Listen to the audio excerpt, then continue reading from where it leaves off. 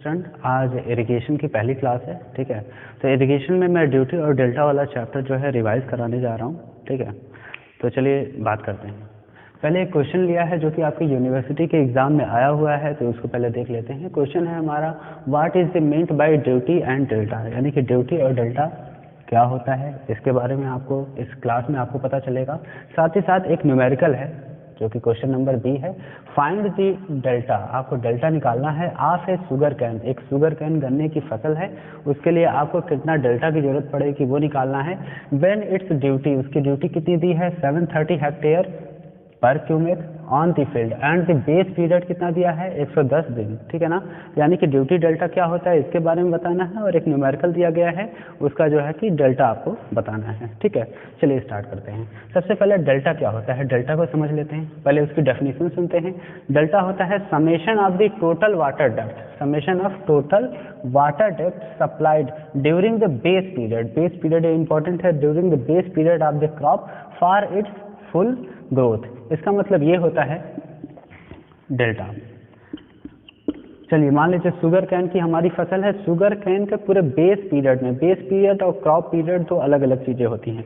Crop period base period से थोड़ा सा ज्यादा होता है। ठीक है ना, क्रॉप पीरियड क्या होता है, अगर मान लीजिए कि कोई हम फसल लगाने जा रहे हैं, तो अगर जमीन में मिट्टी में पर्याप्त नमी नहीं है तो हम पहले उसकी पलाव इरिगेशन करते हैं, फिर इसके बाद जो है कि अपना सीड्स बोते हैं, फिर इसके बाद फसल पक जाने पर काटते हैं। तो पलाव इरिगेशन करने से फसल काटने तक का जो समय होता है वो क्रॉप पीरियड होता है।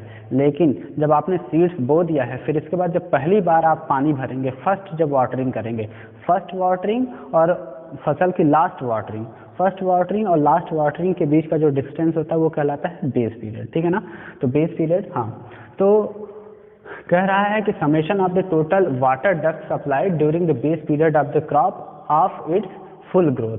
इसका मतलब डेल्टा हो गया कि कोई भी फसल है उसके पूरे ग्रोथ के लिए जितना भी आपने पानी की गहराई इरिगेट किया है उसको सारा कुछ ऐड कर लीजिए, जोड़ लीजिए, जितना भी आएगा वो उसका क्या कहलाएगा, डेल्टा कहलाएगा। इसको ऐसे समझते हैं, मान लीजिए कि शुगर कैन की आपकी फसल है, ठीक है ना, आपको हर बार उसको जो है कि 10 टाइम आपको इरिगेट करना है उस पूरे फसल के लिए, पूरे ग्रोथ के लिए, और हर बार जब आप इरिगेट कर रहे हैं तो 8 सेंटीमीटर हाइट, पानी की गहराई जो है 8 सेंटीमीटर हाइट हर बार आप उसमें पानी दे रहे हैं, तो उस फसल के लिए टोटल डेल्टा कितना हो जाएगा, 8 सेंटीमीटर, हर बार 10 बार आपने दिया है तो कितना हो जाएगा, 8 × 10 = 80 सेंटीमीटर। 80 सेंटीमीटर क्या कहलाएगी, डेल्टा कहलाएगी उस पर्टिकुलर फसल के लिए। ठीक है ना, अब ड्यूटी की बात कर लेते हैं। हाँ, ड्यूटी देखिए, डेल्टा जो होता है किसी फसल का होता है, फसल का या फील्ड का होता है, एक तरीके से कह सकते हैं ये फसल का होता है डेल्टा, लेकिन ड्यूटी किसका होता है, कैनाल का, जिस कैनाल के जरिए उस फसल को आप इरिगेट करेंगे। ठीक है ना, अब ड्यूटी की डेफिनेशन समझेंगे तो ज़्यादा अच्छे से समझ में आएगी। इसकी डेफिनेशन है, it may be defined as the number of hectare, क्या ये चीज़ ध्यान रखने वाली बात है, number of hectare of land irrigated for full growth of a given crop by supplying a 1 metre cube per second, 1 metre cube per second of water continuously, ये चीज ध्यान रखिएगा, continuously during the entire base period of that crop. इसका मतलब ये हो गया कि कोई भी क्रॉप है, जैसे शुगर कैन है, ठीक है ना, शुगर कैन है, अगर उसका बेस पीरियड हम मान लेते हैं, जैसे क्वेश्चन में बेस पीरियड दिया है 110 दिन, तो मान लीजिए शुगर कैन है, उसका बेस पीरियड है 110 दिन, तो एक कैनाल बनाएंगे जिसमें 1 मीटर क्यूब पर सेकेंड का डिस्चार्ज आएगा, और उसको, उस कैनाल को 110 दिन तक चलता हुआ छोड़ देंगे, वो कैनाल जितने भी हेक्टेयर का, नंबर ऑफ हेक्टेयर, जितने भी हेक्टेयर एरिया को इरिगेट कर देगा, वो उस कैनाल की क्या कहलाएगी, ड्यूटी कहलाएगी। समझ में आया?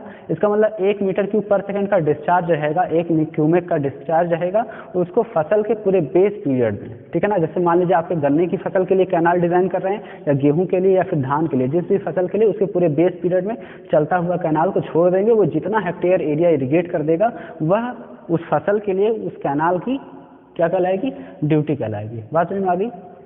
चलिए अब इसके बाद एक न्यूमेरिकल दिया हुआ है, उस न्यूमेरिकल को कवर कर लेते हैं, फिर इसके बाद बात करते हैं।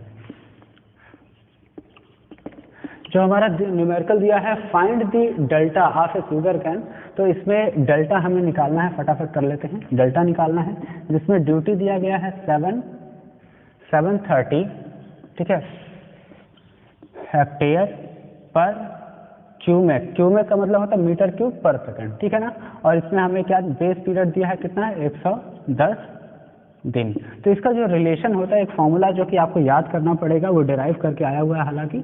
तो डेल्टा बराबर होता है 8.64 बी डिवाइड बाई डी। बात समझ आ रही है। जहाँ पे बी हमारा बेस पीरियड दिखाता है, बी क्या है हमारा बेस पीरियड है, जो कि किस में रहेगा, डेज में रहेगा। ड्यूटी किस में रहेगा, हेक्टेयर पर क्यूमेक, क्यूमेक का मतलब होता है मीटर क्यूब पर सेकंड, हेक्टेयर पर क्यूमेक में रहेगा। और डेल्टा हमारा किस में रहेगा, मीटर में रहेगा। बात समझ में आ रही है।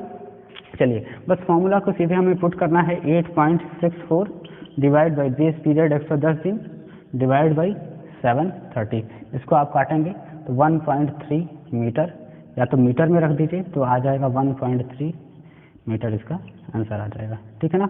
बिल्कुल सेम यही फॉर्मूला यूज करना है, आपको सॉल्व कर लेना है। देखिए कभी कभी क्वेश्चन में क्या होगा कि ये जो बेस पीरियड है वो 110 दिन ना दे के बोलेगा 4 वीक बोल देगा। बात में हमारी 4 वीक 4 सप्ताह बोल देगा, तो उसमें 4 गुणे 7, 7 से मल्टीप्लाई करके उसको डे में कन्वर्ट कर लेंगे।